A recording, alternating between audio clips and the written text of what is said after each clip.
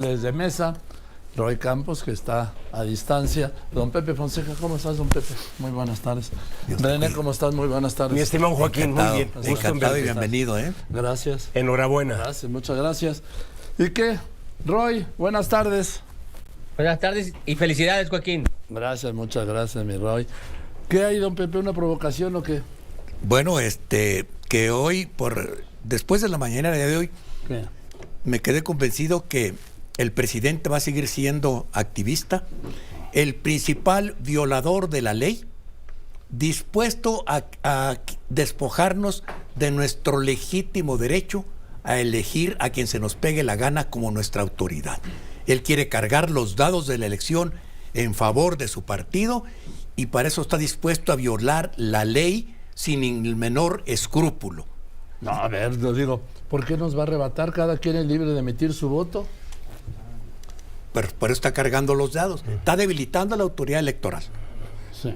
Ya por consigna el Senado ya rechazó las dos ternas que le mandaron, 3 mujeres y 3 hombres, para llenar la vacante que queda el 30 de noviembre en el Tribunal Federal Electoral. Y hay 18 juntas electorales locales que están incompletas porque los gobiernos locales, estatales, por consigna también, no las están cubriendo las vacantes. Está debilitando a la autoridad electoral y va a tener menos autoridad, menos dientes para poder sancionar las violaciones que piensan hacer a la ley. Ahora, todo el oficialismo. Es posible que esté intentando eso, así son las señales, pero hay que señalar que a diferencia del INAI, que necesitó un fallo de la Corte, el Tribunal Electoral del Poder Judicial de la Federación está vacunado. Puede sesionar con un pleno de 5. René. Afortunadamente sí, Joaquín, y por decisión de la Corte y por la petición de ellos mismos. Pero bien apunta don Pepe, estamos en el momento de que se sigue fugando hacia adelante el presidente, exacerbando la campaña permanente, exacerbando su posición como primer comandante en jefe, Joaquín, de la campaña. Pues claro que exacerbando, porque ha sido del día 1, desde el primer minuto hasta este momento, su continuidad. La cuestión ha sido la agitación de la polarización, de la división, de confrontar las diferencias, Joaquín, y que a este momento, hacia lo que menciona don Pepe, es que el presidente se sigue asumiendo no como un factor de contención, ya no vamos a hablar de prudencias y templanzas, no, sino como un factor que si hubiera desenlaces no deseados en la elección del 24, probablemente lo que más indica por lo que ha sido su conducta y su práctica política, no sería un factor de certidumbre, sino pudiera convertirse en parte del problema, si no es que el provocador de acuerdo a ese desenlace. René, Roy. A ver, Joaquín, mira, tenemos que estar conscientes de algo. El presidente conoce la ley, sabe el límite, pero también sabe que él, López Obrador, es el principal activo de Morena. Sabe que Morena significa López Obrador. 4T significa López Obrador. Se sabe. Y entonces está tratando de prever lo que es una campaña de cambio. Es decir, que el cambio no le gane. El deseo de cambio siempre está inherente del ciudadano. Entonces, él va a estar en el banquillo. López Obrador va a estar en el banquillo de juicio. Pero él no quiere que se le juzgue sobre si ha resultado su gobierno o no ha resultado. No quiere que se le juzgue por la seguridad, por la salud, sino por la intención de cambio. Entonces, en ese sentido, López Obrador permanentemente desde la mañanera va a hacer campaña para decir, nosotros somos el cambio, nosotros estamos cambiando al país y venciendo al status quo, a los conservadores. Entonces, López Obrador sabe bien que está en campaña política. Por primera vez, desde que tengo memoria, la campaña electoral va a estar más centrada en el presidente que en los candidatos. Por supuesto, él lo ha hecho así lo ha diseñado, don Pepe. Es que para empezar, lo hemos dicho muchas veces en esta mesa, el presidente ha concentrado el poder y conste quiero dejar claro, este conservador, al cual no le importa que me digan reaccionario, porque me han dicho reaccionario desde que tenía 16 años, así es que me vale gorro. Pero entonces... ¿Y si era reaccionario a los 16 años? Por supuesto. Y sigo siendo reaccionario, no tanto como los 16 años, pero sigo siendo un reaccionario. ¿Reaccionario o conservador? Reaccionario y conservador, merezco todos los motes que me quieran poner. Pero tú ¿cómo te ves? Simplemente conservador. Eso Fíjate, una contradicción, soy una paradoja. Soy un conservador progresista, ¿eh? Bueno, pues puede ser que no es paradoja. Bueno, y quiero dejar aclarada una cosa, sí, para la gente que nos escucha, que a veces la pasión con la que uno dice las gente maljuzga. Yo le reconozco al presidente tres cosas, nada más, tres, hay muchas más, pero le reconozco una, que rompió el mito de que el salario mínimo no se podía aumentar sin desatar inflación. Lo rompió, hay que reconocerlo. Es un caso de justicia. Le reconozco lo de las pensiones a los adultos mayores y a las personas con discapacidad. Y le reconozco, aunque haya sido de la manera equivocada, que hizo a toda la nación voltear hacia el sureste, la parte olvidada, el otro México que ha estado al margen del desarrollo. Pero al mismo tiempo también le reconozco sus pulsiones autoritarias. Ya se nos olvidó, citado en esta mesa, yo lo cité al presidente, nadie me desmintió, cuando desde el despacho de la jefatura de gobierno le dijo a la dirigencia perredista, ya no podemos aprobar más organismos autónomos, más autonomías, porque lo único que se hace es hacerle cada día más difícil, y apuntando a Palacio, cada día más difícil gobernar al presidente de la República. Así es que ahí está cantado lo que iba a hacer, tampoco nos demos por sorprendidos. No, a ver, nadie se tiene que sorprender del presidente López Obrador. No. ¿Por qué? Porque todo lo que... Bueno, él no estrena, ¿sí? Él repite. Sí. O sea, y segundo, él dijo que iba a hacer el Tren Maya. Él dijo que iba a cancelar el aeropuerto, el Naim. Sí. Él dijo que iba a hacer la refinería. Él dijo que iba a hacer el tren transísmico. Tiene pendiente lo de, entre las cosas, de Dinamarca, ¿no? Bueno, es que está re lejos Dinamarca. Cada día está más lejos Dinamarca. Y pagan 12 veces más impuestos que nosotros. Y el punto central es el tema para mí, del presidente, dependiente e incluso de reclamo, la política sanitaria, la violencia, la inseguridad y un frágil Estado de Derecho, en donde no me vengan a mí con ese cuento de que la ley es la ley. Roy. Coincido contigo en esos 3 puntos, ¿eh? La seguridad, ya no demos por hecho que no va a funcionar, el sistema de salud está destruido y no va a mejorar, y el Estado de Derecho, él mismo se encarga de erosionarlo, de destruir, de cortar, de pelearse con un poder judicial que no tenemos por qué defender el poder judicial, pero tiene el mismo nivel que él, no debe entender. A ver, Joaquín, el presidente es tan importante que estamos hablando del presidente para la campaña política. El proceso electoral ya inició. Ya estamos ya se seleccionaron por ahí con ciertas simulaciones a las candidatas, ya están en los procesos estatales, y de repente, rumbo al 24, estamos hablando del presidente.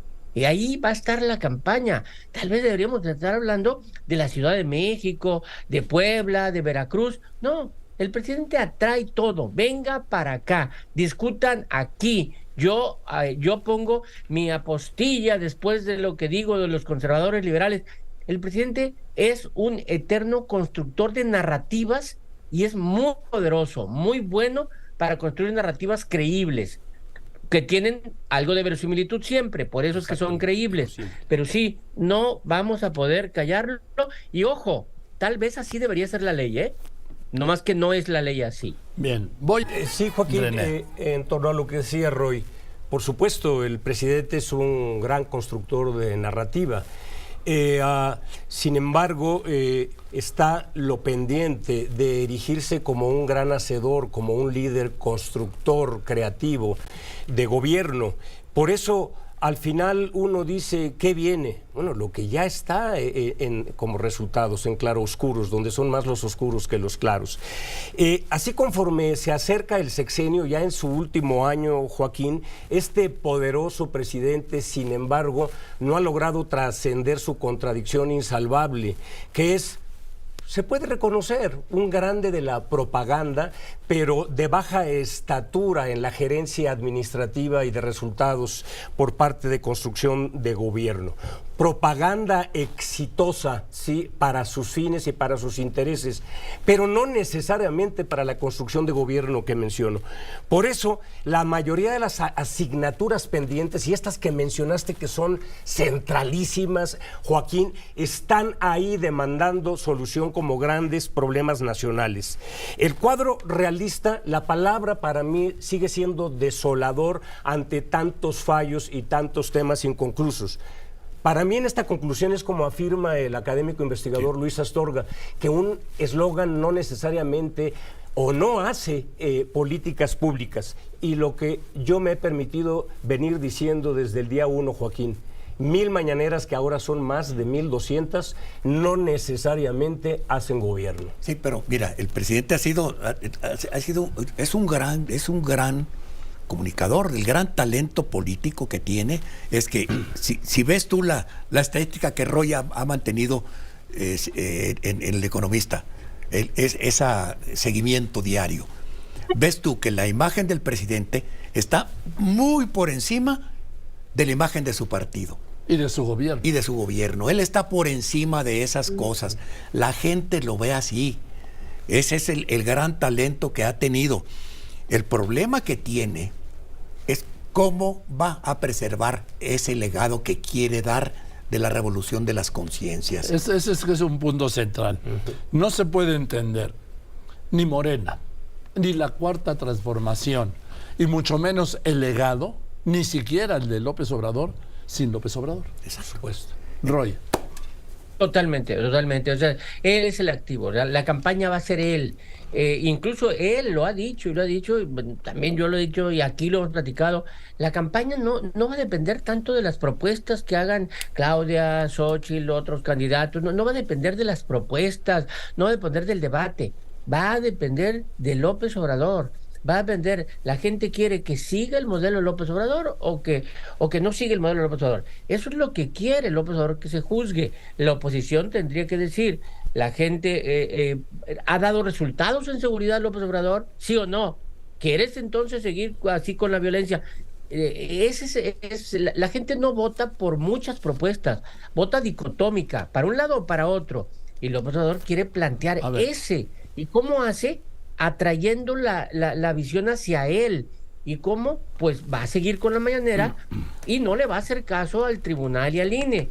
Es cierto, Joaquín, el tribunal no está mocho, puede hacer lo que sea y decir lo que sea, pero ¿qué castigo hay para el presidente? ¿Qué castigo? Ninguno. Yo creo que la gente va a jugar en esa línea. A meterse, salir, bájense, bajen de la mañanera esta declaración. Sí. Pero al día siguiente digo otra y después de que pasen 3 días la vuelvo a bajar. Va a estar jugando ahí, va a estar en campaña. Está en campaña. Que es su prioridad. Sí. Perdón. A ver, Roy. Hoy dice el Universal, Claudia Sheinbaum 50. Sí. Xóchitl Gálvez 20. ¿Te lo crees?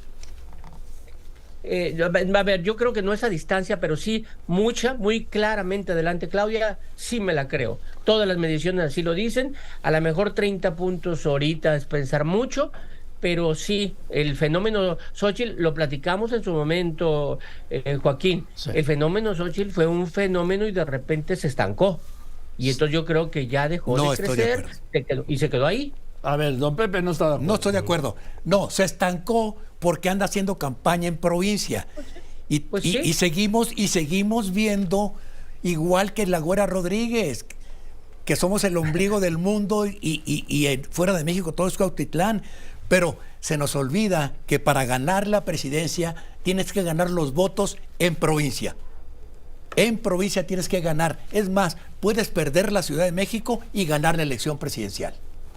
Lo que sí ha sucedido y que lo hemos mencionado en otras ocasiones, sobre todo Roy ha subrayado, Joaquín, es que el presidente hasta este momento ya se ha explicado con todo el aparato del Estado, con el uso y abuso del mismo aparato, va ganando la partida hasta este momento. ¿Por qué? Porque con ese poderío ha contado más que la oposición y el Frente y la misma Xóchitl la historia de ella, y nunca te debes dejar que el adversario cuente tu propia historia, porque la va deformando siempre. Xóchitl sí. Llega un momento en que ya tendrá por necesidad que dejar de funcionar como senadora y lucir más candidata. Se sabe que es competitiva, que es disruptiva, pero en este momento, Joaquín, lo escribiste hace 3 semanas o más antes de que te fueras de vacaciones. ¿Qué es lo que viene? La fortaleza del armado, de la gerencia administrativa de la campaña, quién es realmente el coordinador y el jefe de la misma y cuál es el mandato de disciplina de la campaña misma, de la propia candidata y del mensaje. ¿Por qué? Porque se es responsable de lo que se dice, y mucho cuidado qué se dice y cómo se dice, porque si no, sobre todo cuando te equivocas, operarán de manera absoluta en tu contra y se seguirá usando a lo largo del tiempo. No nos engañemos tampoco. Nos dan esa cifra de 50%, pues la señora Sheinbaum tiene el problema de que tiene que salirse de la gigantesca sombra del nogal de la presidencia, del nogal de Palacio. No, hombre, ¿Pero sí, para está qué? muy cómoda. Sí, está ahorita cómoda, pero ya empezó a sentir la resistencia que tiene ahorita en la Ciudad de México para la candidatura que ella escogió. Sí. Se está enloqueciendo otra vez las tribus. Ya Paco Ignacio Taibo, segundo, fíjate, tuvo que decirles en una reunión en la que estuvieron los personajes de Morena y estuvo allí la señora Sheinbaum, la doctora Sheinbaum, y les dijo: señores, les recordó que las grillas internas y las disputas internas, dice, no cometamos los mismos errores con los que se pudrió el PRD. Sí, ahora, Roy, aquí hay hay muchos puntos, pero uno de ellos. ¿Tú crees que López-Gatell se lanzó porque se le ocurrió a él? No.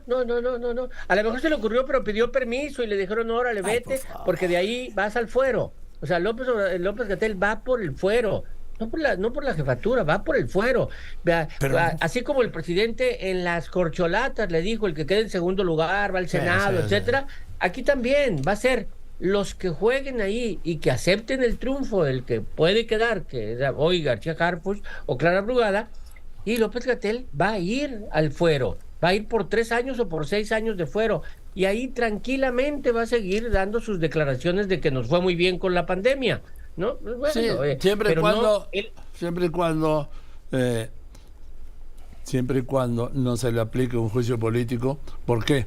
Porque Exacto. tiene que rendir cuentas un día López-Gatell, y un día tendrán que rendir cuentas. Coincido, no va a tener fuero que le alcance. Yo creo que él confía en que la memoria vaya pasando, el juicio político no lo va a alcanzar por si no tiene mayoría calificada. O sea, él confía en eso. Quiere un fuero de 3, 6 o a ver cuántos años, porque sí sabe. De hecho, el presidente dijo, fue fue muy el operador del tema. Sí. Él decía lo que le decían que dijera. Él no hablaba por la ciencia, hablaba por la política. Teníamos a un político y no a un científico encargado de resolver un problema de pandemia, ¿no? O sea, sí fue un error ahí, pero les funcionó a ellos. Bien. Sí, 800,000 familias. Vamos con las conclusiones. Joaquín, ese es el grado del poder de un presidente que pudiera estar dispuesto, si es el camino ese que concuerdo el que dice Roy, de buscar el fuero, de proponer a un elemento distorsionador que es un lastre, por más aprueba X nivel que tenga ante los sondeos de opinión. Respecto a Xóchitl Gálvez, yo creo que lo que viene es su disciplina. Ella ha dicho que let it be, que la dejen ser. Yo creo que ha llegado el momento, Joaquín, en que no.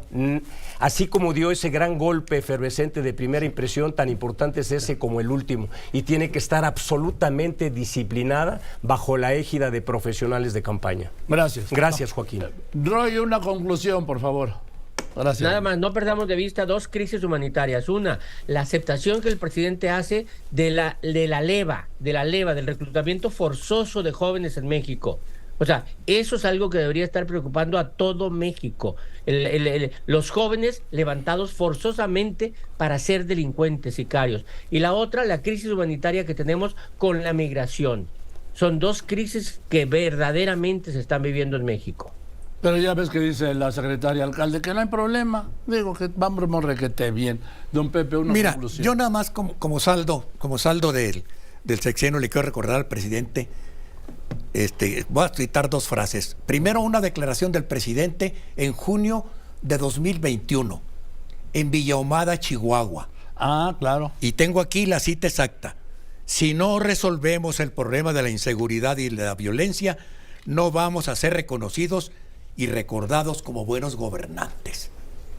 Y para reflexión, en esta época de campaña y en época en que empezamos a creernos más de lo que somos, sobre todo los políticos que están en el poder, tengo una reflexión de un anciano de 100 años que siempre ha sido un filósofo políticamente incorrecto, Thomas Sewell, y deja esta reflexión. Algunos de los casos más grandes de identidad errónea se encuentran entre aquellos que tienen problemas para recordar que no son Dios. Oh, gracias. Gracias, Pepe. Joaquín. Gracias, René. Gracias, Roy. Joaquín. Y bueno, nos vemos el próximo miércoles en la mesa, justo de los miércoles. Voy a unos anuncios. Hijo, qué tranquilidad me da el gobernador de Nuevo León, Samuel García. Gracias, gobernador. Sí. Estaba yo, bueno, no alcanzaba, ¿eh? No alcanzaba a serenarme. ¿Por qué? Porque dice que en noviembre decidirá si va por la candidatura presidencial. 30 días más tenemos que esperar. Pero ya por lo menos ¿Sí? hoy nos resuelve el día, ¿no? Ese es manejo de expectativa, Joaquín. Ese nos resuelve el día. Además, es una expectativa absurda e inexistente, porque Samuel García no va a ser presidente de México. Él va a jugar, va a ser el otro candidato de López Obrador, el Movimiento Ciudadano. Hombre, lo destapó el presidente López Obrador. ¿Y qué tal había dicho que él, no sé, igual que el Bronco, igualito los dos, ¿sí? Que él serían gobernadores de 6 años, que esto, que el otro? Nada más que tiene un problema Samuel García. Primero, a ver si el Congreso, donde no tiene mayoría, le da la licencia, ¿eh? Y segundo, si dándole la licencia, como va a perder, le aprueba el regreso al gobierno de Nuevo León. Pero no hay problema, le dicen, ya saben en dónde, ¿sí? Ahí en un palacio presidencial. Continuamos.